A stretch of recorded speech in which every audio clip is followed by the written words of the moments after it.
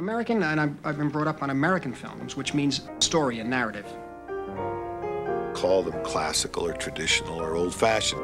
I'm sort of drawn to those forms. Try to stick to them. Get Back Home is a basic action. You've seen it before. It's called Ulysses. And if you don't think it works there, it's really terrific when it's E.T.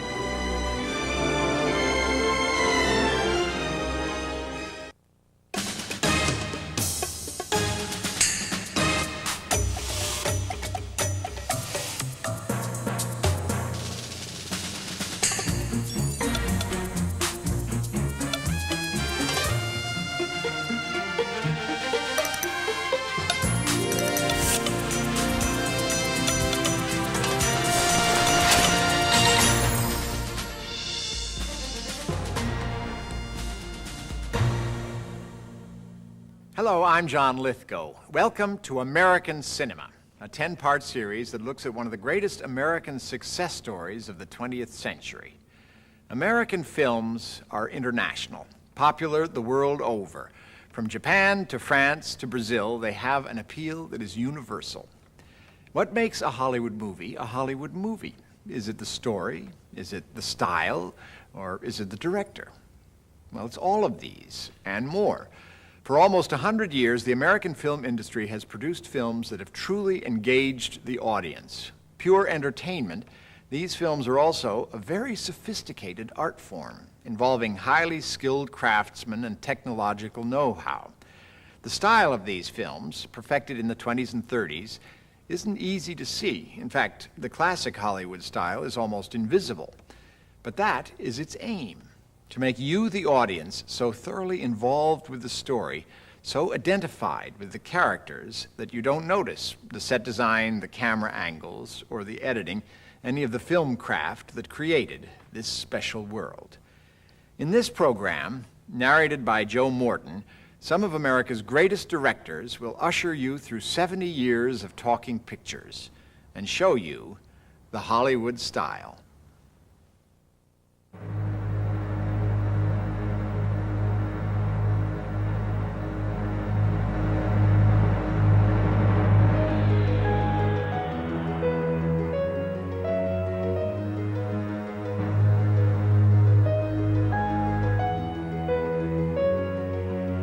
Once upon a time, it was discovered that Americans liked stories more than anything else. Stories that were fables about characters with whom they could identify. The business people enlisted the help of all the best storytellers.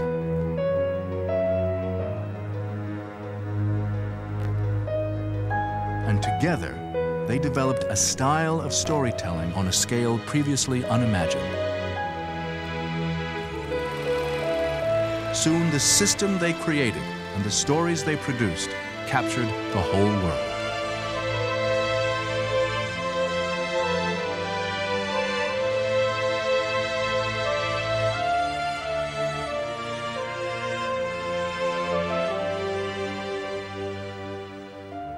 American cinema is international like the fairy tales were international in the 18th or 19th century. And it's a cinema which always tried to work on the identification level. And it succeeded, I mean, brilliantly. There's Emerald City. Oh, we're almost there at last. It's beautiful, isn't it? Just like I knew it would be. He really must be a wonderful wizard to live in a city like that. Oh, come on, man. What are we waiting for? Nothing. Let's hurry. Yes, let's run. One of the things that made film going such a wonderful experience is it was a kind of a dazzling journey that you took to a place and a life that bore little resemblance to your own. And you measured the success of it sometimes by the distance between you and that world. Pardon me, folks, would you like the thrill of your lives simply by sitting down in a magic chair? Sure. Come on, son. He's not talking to us. Oh, yes, I am.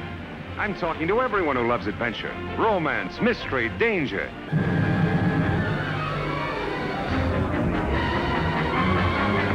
The Magic Chair takes you back in history 2,000 years, back to the time of Nero and the thrill of a chariot race.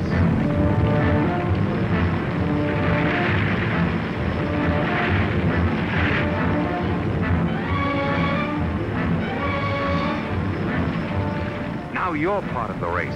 Your heart is pounding as you speed over the ground to the plaudits of your fellow Romans. What they forget is the size of the audience that wanted to escape, not to a different galaxy, not to a different world, but to their own world as they might have wanted to be.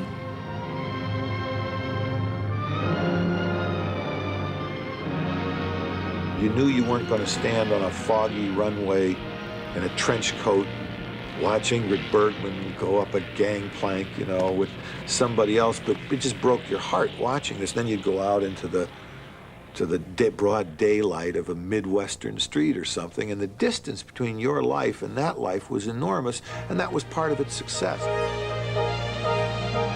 The success of motion pictures turned America into a nation of moviegoers. At the height of Hollywood in the mid-40s, 90 million Americans went to the movies every week. Audiences quickly developed preferences for the kinds of movies they wanted to see. This woman wants more musical shows. These boys want more westerns. These girls, more love stories. This man, more adventure. Others want more travel, comedy, mystery, romance, more everything.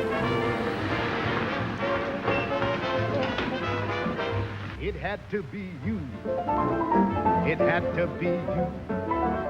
I've wandered around and finally found somebody who... I'm very strongly influenced by the films I saw as a kid, and if you want to call them classical or traditional or old-fashioned, depending on your point of view, I'm sort of drawn to those forms, and I try to stick to them, just in terms of form.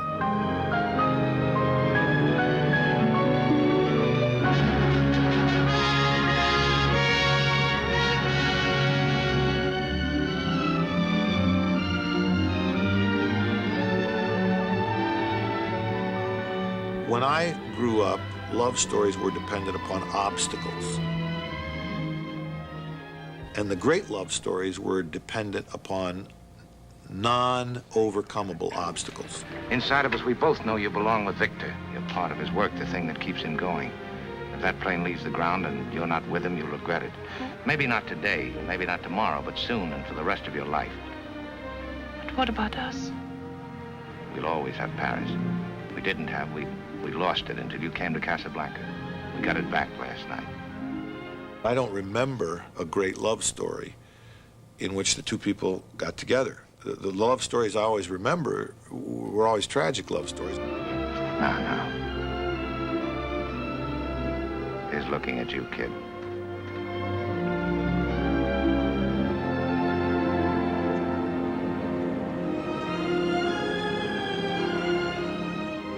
Most of the films I've done have all been sort of unhappy love stories of one form or another.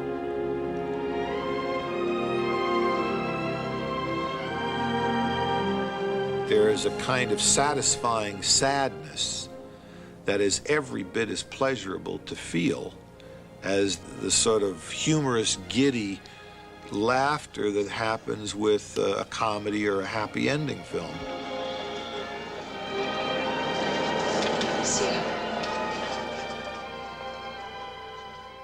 I can't make a qualitative comparison between those old films and this film, but in feeling, it was a film that was strongly influenced by those older love stories.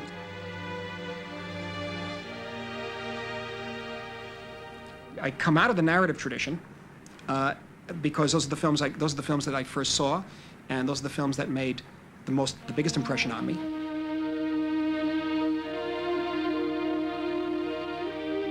Costume dramas were a part of the genre that I really enjoyed. And a key film for me, the emotion for me of a costume drama that stays in my mind is when I saw The Heiress back in 1949, 1950. I was 8 years old and 9 years old. And it was very powerful, and a remarkable ending with Montgomery Clift pounding on the door and her going up the stairs with that lamp.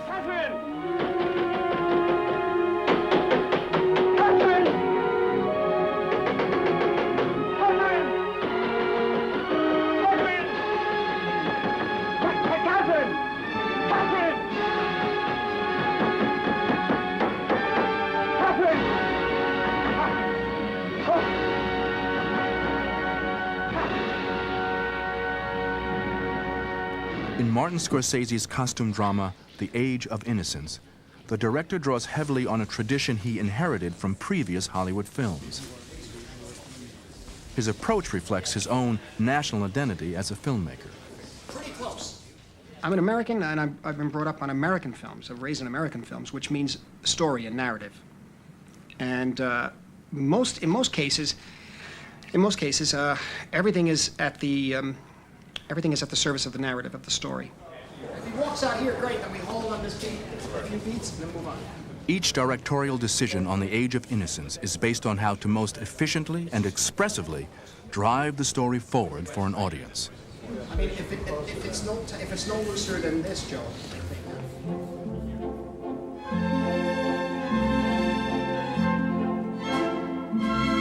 How the camera moves, what it sees, the actors' expressions.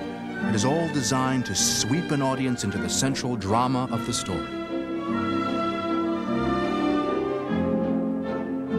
It's a grand style of storytelling developed from the early days of Hollywood.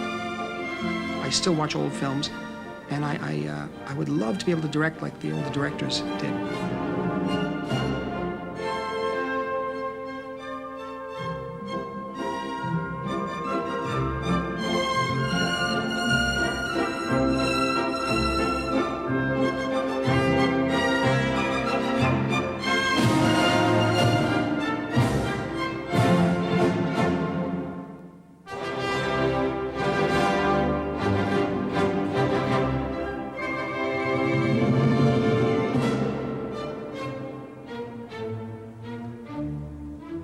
In the halcyon days of Hollywood, so many hundreds of films were being produced, it lured the world's finest talent, drawn by the lavish production opportunities, by the creative ferment, by the chance to perfect techniques of filmmaking still in the process of refinement. The old Hollywood had this wonderful method, you know, it's like a factory. So therefore each studio made a couple of hundred films a year.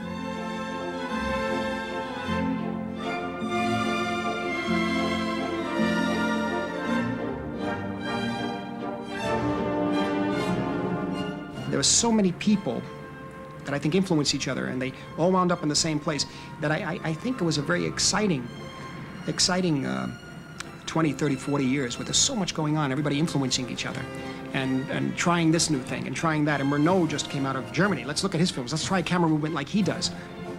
You know, I mean, Hawks tried that in one film and then went back afterwards and said, I'm not moving the camera again. That's for Renault, not for me.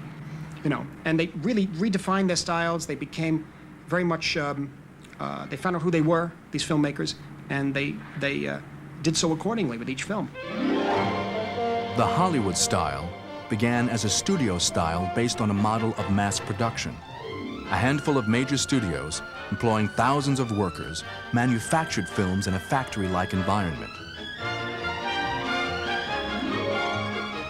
They were run by iron-fisted moguls who churned out stories with assembly line efficiency.